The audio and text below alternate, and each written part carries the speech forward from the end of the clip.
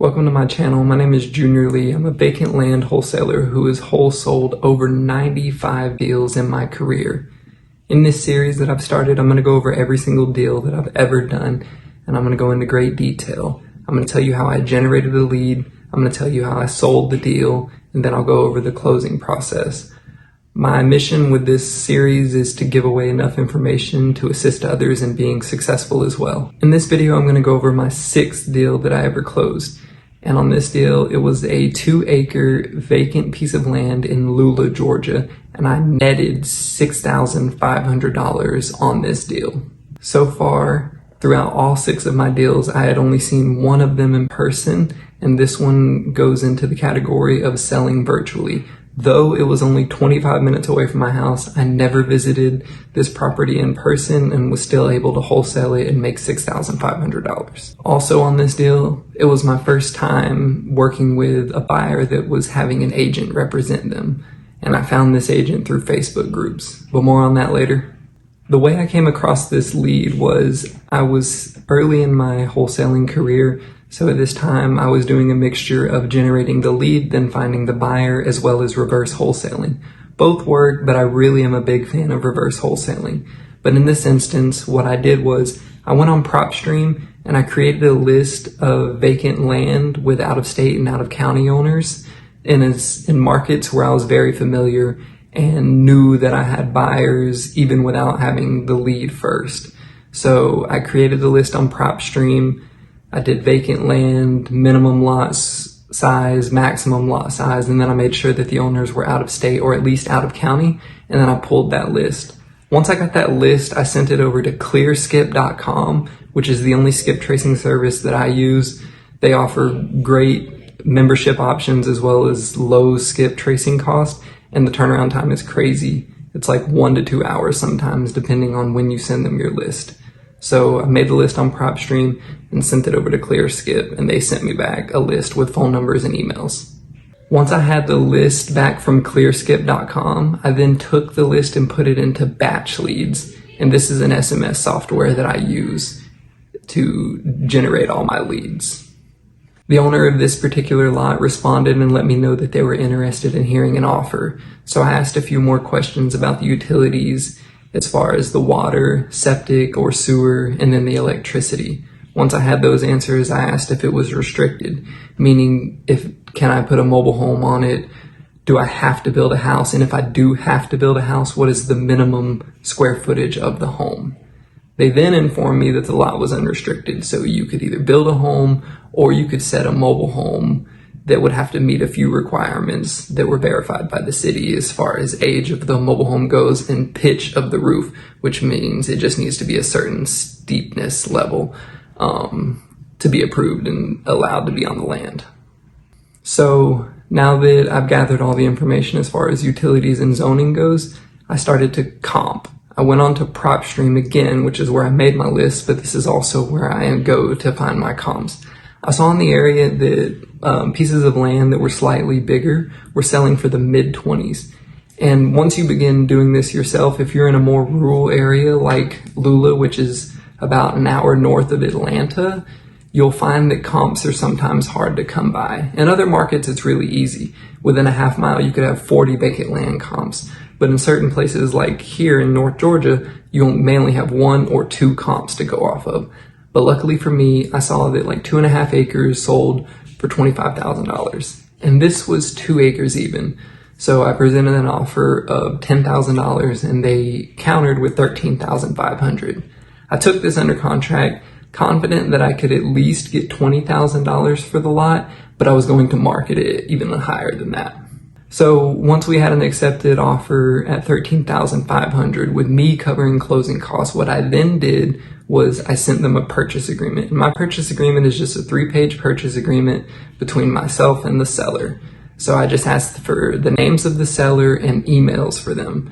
I shot that over to them with a 90-day close, an inspection period, and I made sure that my contract was assignable because I am looking to wholesale this, and that needs to be in the contract if you are going to wholesale land. I'm not an attorney, that's just practical advice. So Then once they signed the contract, and I had as well, I then had equitable interest. So I took just screenshots of the map outlines as well as Google Street View of the property. And this is how you wholesale the land virtually. You can utilize Google Street View and Google Earth just to get aerial views of the property. So I just took those screenshots of the Google Street View and the map, and I put it on Facebook with the utility information and the zoning information with an asking price of $25,000. I posted it on Facebook Marketplace as well as many Georgia real estate groups and Georgia land groups. Once I had posted it in the groups and on Facebook Marketplace, I began to get a lot of comments on my post as well as private messages and marketplace messages. One of which was from an agent who had a serious cash buyer. And they went and viewed the property the same day that she sent the message, and then that same day they presented a cash offer of $20,000 with them covering closing costs as well as them paying their agent's commission. And this was my first time working with an agent. Up to this point, I had either double closed the property directly to the buyer or I assigned it to them. I did one double closing and the rest were assignments at this point. But I made sure to ask that the buyer covers their closing, or the buyer covers their commission. Now, in instances, you can cover the agent's commission if it's a 3% or a flat fee, depending on what the price point of the land is. You just need to make sure that you have enough net margin in between to cover that. On this one, I could have covered a 3% or a flat fee of $2,500 and still made money. But I figured I may as well ask, and so I did ask if the buyer would be paying the agent's commission, and they said yes. So they submitted the offer of $20,000 cash with them covering closing costs and them covering agent commissions with a 14-day close, 5-day inspection. It was a great deal, so I accepted it. Now that I had a purchase agreement between my buyer and myself, and the seller and myself, I took both purchase agreements and I emailed it to the closing attorney of the buyer's choice, which was in Gainesville, Georgia, about 30 minutes from Lula. No big deal.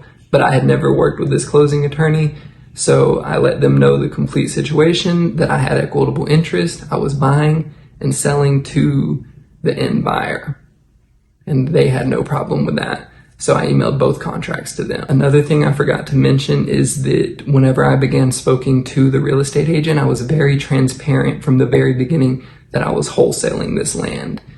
And she didn't have a problem with it, but you just want to make sure that you're on the same page from the very beginning. You don't want to pose yourself as the owner, and you don't want to not disclose that you're a wholesaler and let you being the owner be an assumption of the buyer's agent, because that can get you into a sticky situation and make you seem untrustworthy, even without doing anything malicious. And the buyer's agent was really cool about me wholesaling. She actually was very familiar with the process and had worked with wholesalers before. So that was fortunate for me on my first deal dealing with an agent, that it was someone who was investor friendly. Now that the closing attorney had both contracts in hand, they begun the title search with the intentions of closing 14 days from that day.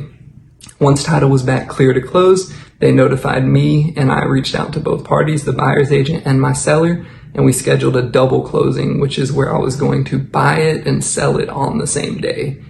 Now, another thing that you need to check with closing attorneys, first, you need to make sure that they're okay with double closings. And then second, you need to ask if you need to bring your own funds to the closing. Luckily for me, they allowed the buyer's funds to cover the A to B in the double closing, and then those funds also covered the B to C. So the A is the seller, the B is me, the wholesaler, and the C is the end buyer. C's funds of $20,000 plus closing costs plus the agent fees were wired to the attorney's escrow account on the same day that all the closings were going to take place. So my A to B closing takes place with the buyer's money in escrow, and then my B to C closing takes place with the buyer's money still in escrow. Once all closing documents are in the attorney's hands, they disperse the $13,500 to the seller, the $6,500 to me, the agent's commission to them, and then they keep the closing cost, and now the buyer is the owner of this land. I was very fortunate with this closing attorney because there were technically two closings, the A to B and the B to C. In some instances, when working with closing attorneys or title companies, they will charge two sets of closing costs. So if you're going to do a double closing, you need to make sure that there is enough spread to cover a set of closing costs of your own. Now, in this case, I could have covered $1,000 to $1,500 of closing costs, but luckily for me, this attorney only charged for one set of closing costs because it was technically one transaction to the end buyer. I wish all title companies and closing attorneys operated like this, but that's not the case. So if you're going to do a double closing, make sure that there's enough room to do so. I typically double close. I'll send my assignment at any price point, but I like to do double closings with at least $7,000 of spread. Anything below that, just do an assignment. Anything above that, you can do an assignment, but you can also consider a double closing. And if you do run into a title company or a closing attorney that requires you to bring your own funds to the closing, do not panic. You can use transactional funding. If you don't know where to find transactional funding, send me an email, comment on the video, just reach out to me. I can connect you with some transactional funds at like 1.5%. And so, yeah, even as low as $10,000 if you need it, and all the way up to several $1 million for transactional funding. So now that the closing was done, I actually attended this closing in person. Early on in my career, I really liked going to the closings in person and picking up a physical check.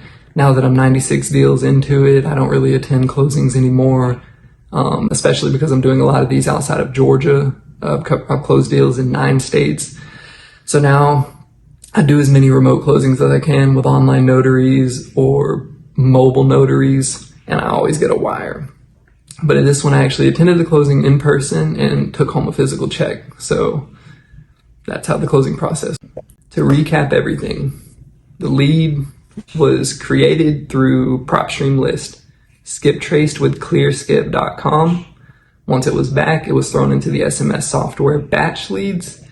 Once I had the property under contract and I comped it back on PropStream, I then put the deal on Facebook, and then it was sold through a real estate agent, and the closing process was actually a double closing. So that was deal number 6. Please make sure that you subscribe. That way you can follow all the way through to deal number 96, which is the one that I closed last week. And hopefully here soon, we'll be celebrating 100 deals closed.